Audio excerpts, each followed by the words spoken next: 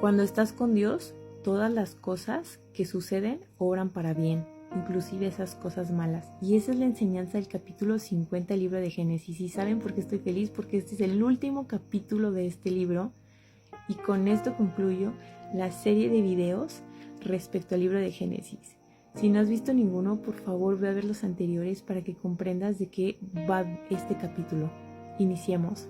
José, cuando muere su padre Jacob, se pone a llorar, lo abraza y lo besa. Y después le pide a los médicos que embalsamen su cuerpo. Los médicos esperaron 40 días establecidos para los procesos de embalsamiento. Ahora es curioso porque el número 40 en la Biblia representa un periodo de preparación y también representa el mismo periodo de preparación que llevaban los cuerpos en Egipto. Ahora, después Jacob pasa por un proceso de duelo nacional durante 70 días. Los 70 o los números 70 en la Biblia representan la autoridad divina de Dios y casualmente a los faraones en Egipto se les daba un duelo de 70 días. Entonces Jacob fue tratado como si fuese un faraón a pesar de que él era extranjero. Imagínense la mano de Dios obrando en su plenitud para que Jacob fuera tratado como si fuera una máxima autoridad dentro de esta tierra. Entonces nos habla de que Dios jamás olvidó a Jacob aún después de muerto. Cuando terminó el duelo, José se acercó a los funcionarios de la casa de Faraón y les dijo: díganle a su majestad que mi padre me hizo jurar que lo llevaría de regreso a la tierra de Canaán para ser sepultado allá. Díganle a su majestad que me permita sepultar a mi padre y que volveré pronto. El faraón estuvo de acuerdo y le dijo: ve y sepulta a tu padre tal como lo prometiste. Entonces José fue a enterrar a su padre y se llevó a su familia, a sus hermanos y el resto de la familia de Jacob. A los niños, ovejas y vacas los dejaron en Gosén. Y además lo acompañaron un gran número de funcionarios y consejeros de la casa de Faraón, hombres importantes de Egipto. Imagínense el amor que se ganó Jacob en esa tierra. De modo que muchos carros y caballos acompañaron a José.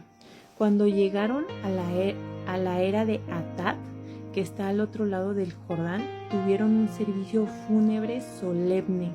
Allí José guardó 7 días de luto por su padre. El número 7 es un número muy importante en la Biblia porque refleja la perfección de Dios y la culminación de un proyecto. Es decir que estos 7 días de luto representan un propósito de vida concluido dentro del plan divino de Dios. Qué maravilloso, ¿no? Los cananeos que vivían en la región vieron que los egipcios lloraban amargamente en la era de Atad. Le pusieron ese nombre lugar de Abel Mizraim, porque dijeron: los egipcios están haciendo un duelo por alguien importante. Imagínense el peso que tuvo Israel en la tierra de Egipto. Y ese peso no fue casualidad, fue porque él ya contaba con Dios en el centro de su vida. Y eso seguramente lo reflejó en esa tierra como gobernante. De modo que, de acuerdo con las órdenes de Israel y sus hijos, llevaron su cuerpo a la tierra de Canaán y lo sepultaron en Macpela. José regresó luego a Egipto junto a todos los que habían acompañado al funeral de su padre.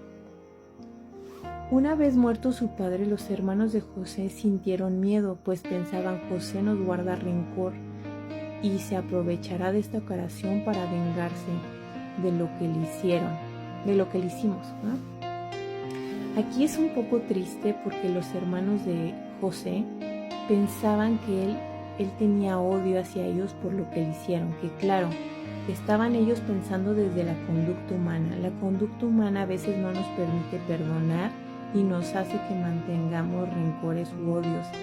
Y por esa razón le mandaron el mensaje diciendo lo siguiente: José, tu padre antes de morir había dicho: díganle a José que por favor les perdone a sus hermanos el mal que le hicieron. Probablemente esto lo inventaron los hermanos de José debido al miedo que tenían de José, porque José era un gobernante. Entonces fácilmente, si él hubiera dejado que su parte humana le ganara, pudo haber hecho que sus hermanos sufrieran las consecuencias de sus malas acciones.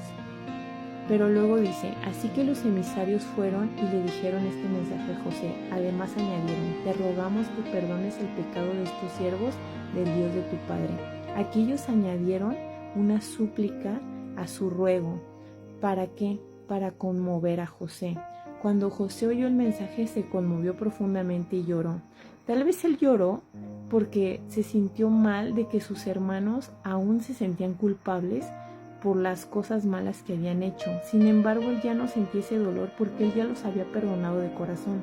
Y ojo, perdonar no es olvidar lo que te hicieron, porque para olvidar pues te tendrán que borrar la mente, ¿va?